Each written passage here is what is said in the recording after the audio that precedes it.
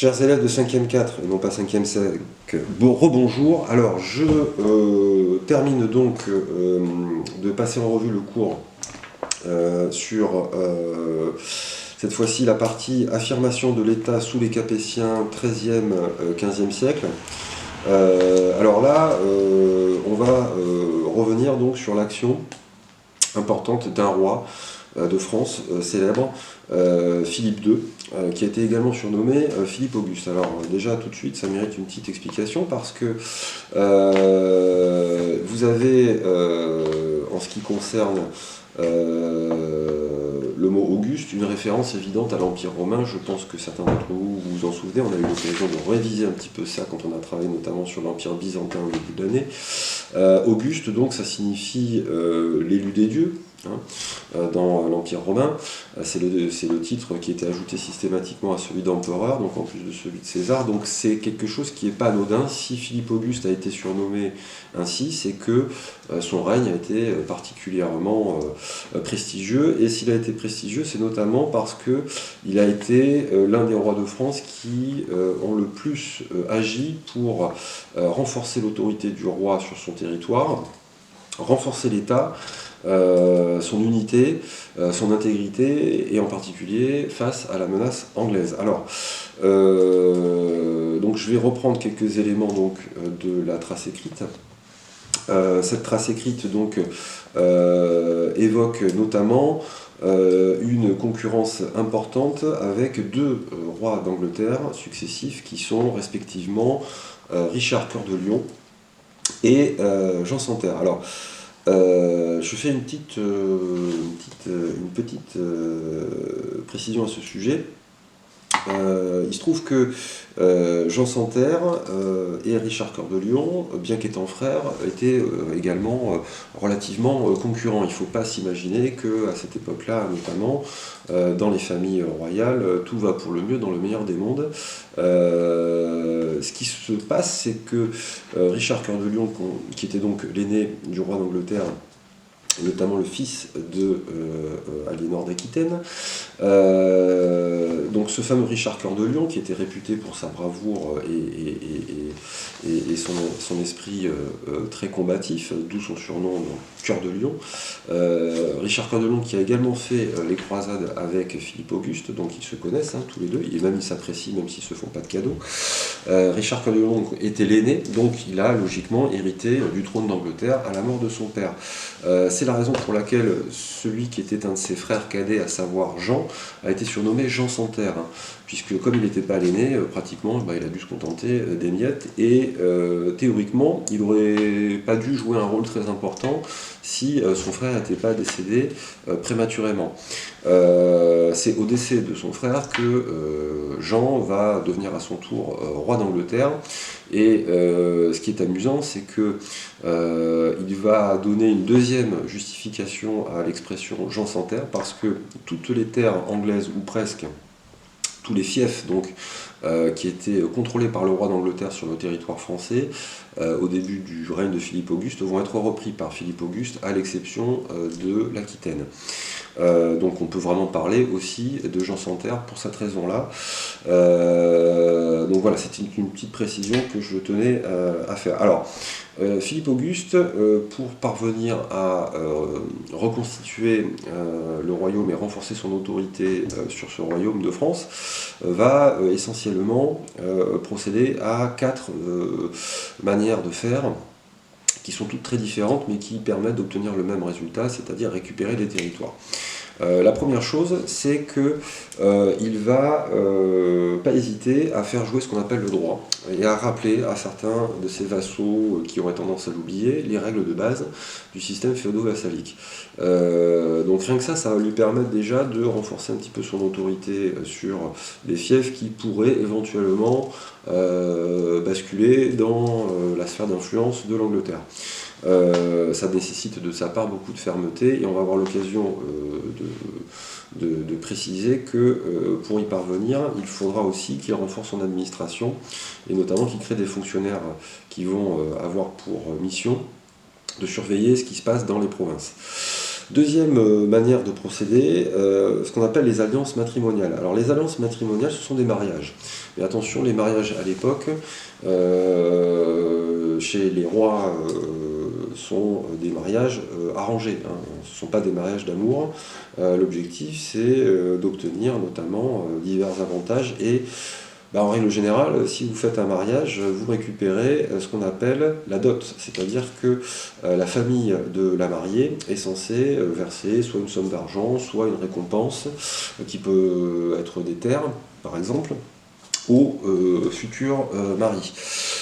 C'est Philippe Auguste qui se retrouve dans la position du futur mari, et c'est la raison pour laquelle il va faire un mariage totalement arrangé avec une certaine Isabelle de Hainaut, donc on est dans le nord de la France, hein. Donc ce simple mariage suffira pour permettre à Philippe Auguste de récupérer un bout de territoire tout entier. Troisième manière de fonctionner pour obtenir des résultats, diviser pour mieux régner, ce qui est un vieux principe à peu près aussi ancien que le système politique. Là, en l'occurrence, Philippe Auguste, qui a été très malin, a su profiter aussi des oppositions, des rivalités, notamment entre Richard Cœur de Lion et son frère Jean Santerre. Donc là, on va dire que c'est de la stratégie, mais pas de la stratégie militaire, c'est plutôt de la stratégie diplomatique. Il y a une dernière façon d'obtenir des territoires, et ça reste, jusqu'à preuve du contraire, la plus directe, c'est évidemment de faire la guerre. Et à ce sujet, donc Philippe Auguste, qui a fait beaucoup la guerre durant son règne, est notamment victorieux à Bouvines en 1214. C'est la bataille la plus importante de son règne, et elle lui a permis donc de vaincre tous les alliés de Jean Santerre, même si Jean Santerre lui n'était pas présent sur le champ de bataille.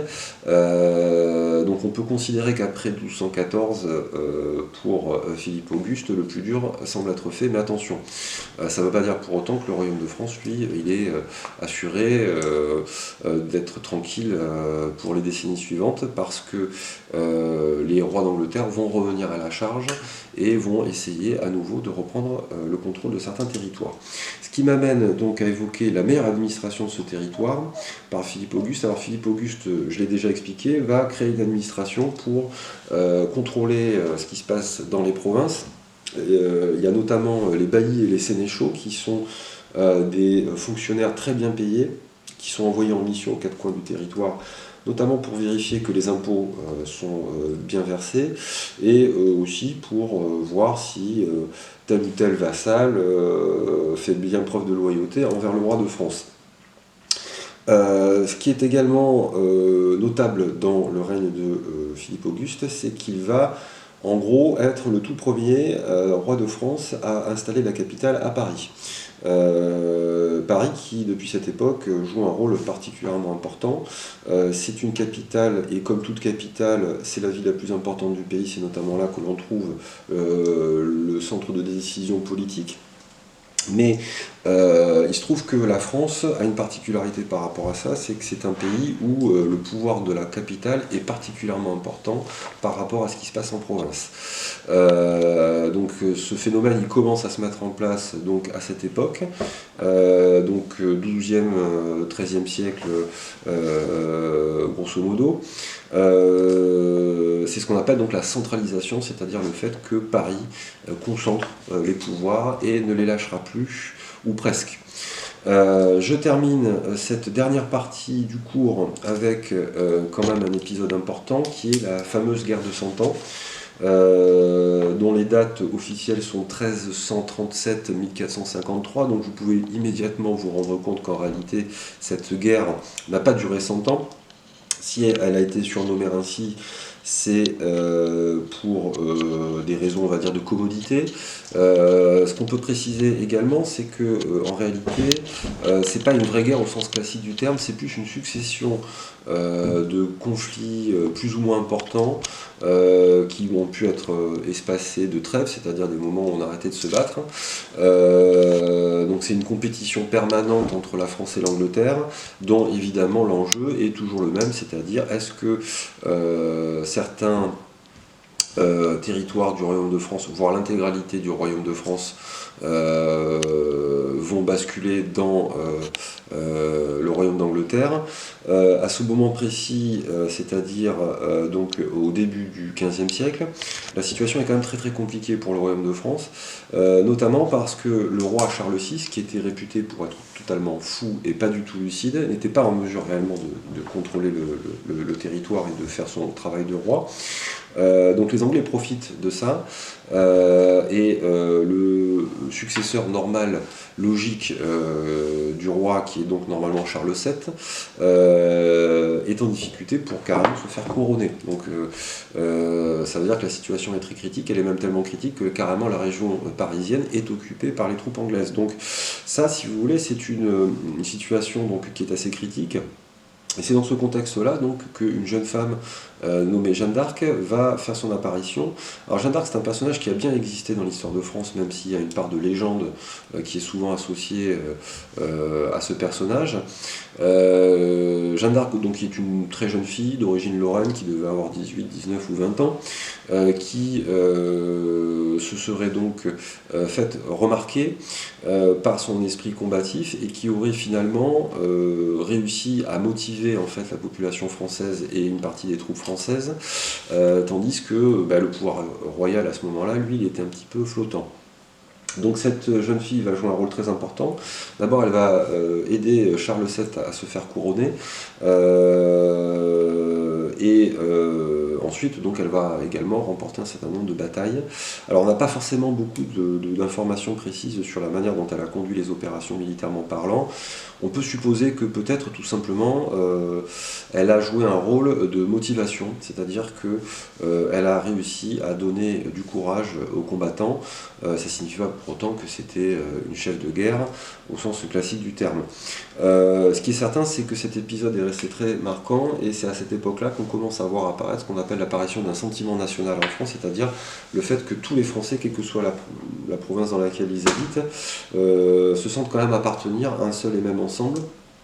Et donc ce sentiment d'appartenance nationale, il avantage les rois de France, bien évidemment, parce que dans ces conditions, c'est beaucoup plus difficile pour le roi d'Angleterre de faire basculer des fiefs français dans son propre royaume.